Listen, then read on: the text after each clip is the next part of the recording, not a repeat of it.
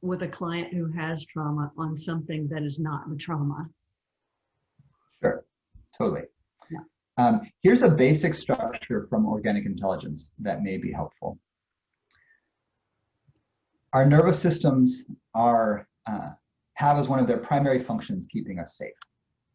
They do this by trying to figure out where the threat is and then mobilizing self-protective responses in relation to that. So I hear a sound, I get startled, I look toward the sound, right? And my system tries to figure out whether to engage social behavior, whether to flee, whether to fight, whether to hide, whether to do whatever. And of course, this plays out emotionally, right? My partner says something that feels a little threatening, and my nervous system scrambles to be like, how much of a threat is it? Is anger the right response? Is fear the right response? Is shutdown the right response? Is flirting the right response? Like, I don't know. My nervous system is going to try to figure it out. And so that's what my nervous system is doing all the time. All of our nervous systems are doing this all the time.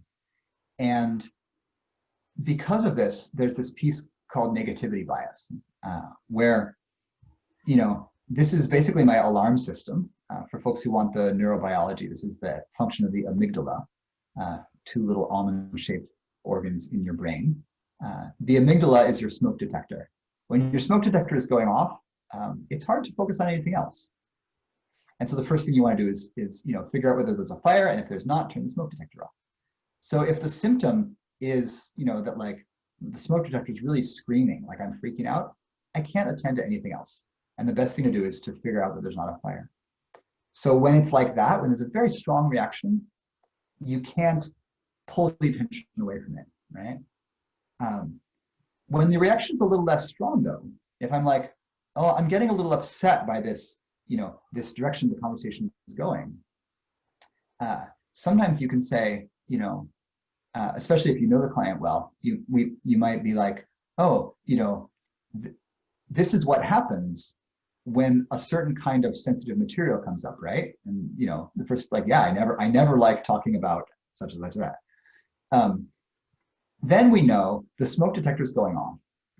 Their system is saying, this, and I'm having a reaction. And you can say, okay, let's just, set that aside for now then. And, tell me something like,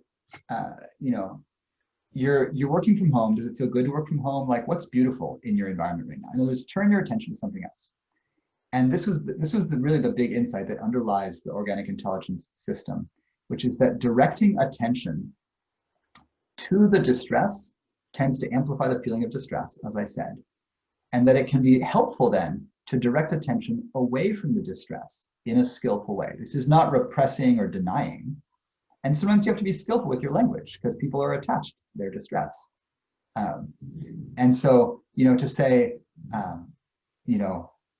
absolutely, it's totally understandable that, when we start talking about whatever it is for you, that your system, starts freaking out. Let's just understand that, bow with that lovingly, and let's take a moment and direct your attention to something else. Let's talk about something else. And if you have rapport with a person, you can just be like, oops, we tripped into the deep, dark pit of existential despair. Climb on out with me. Let's go over here. Because before we do that, did you see, and then you have to know them, whatever it is, did you see that shot that Kobe made in the last minute of the game? Whoa, or what's beautiful in your environment?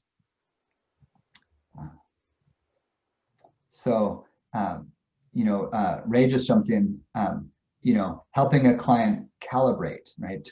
Ask to what degree is what you're experiencing impacting other parts of your life, right? That's a kind of zoom out question, right?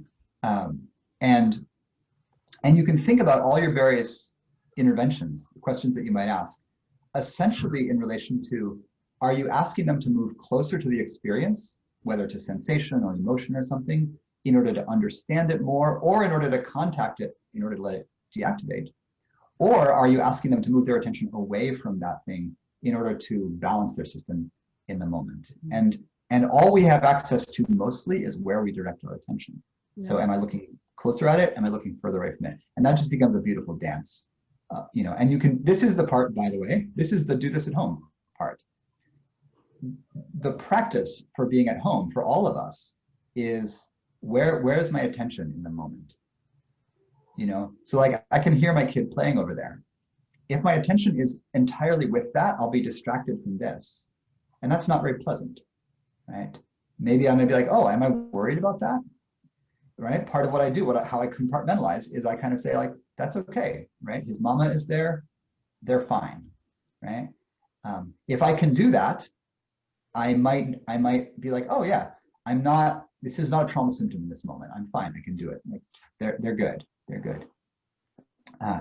My practice then is to direct my attention, and the training in meditation,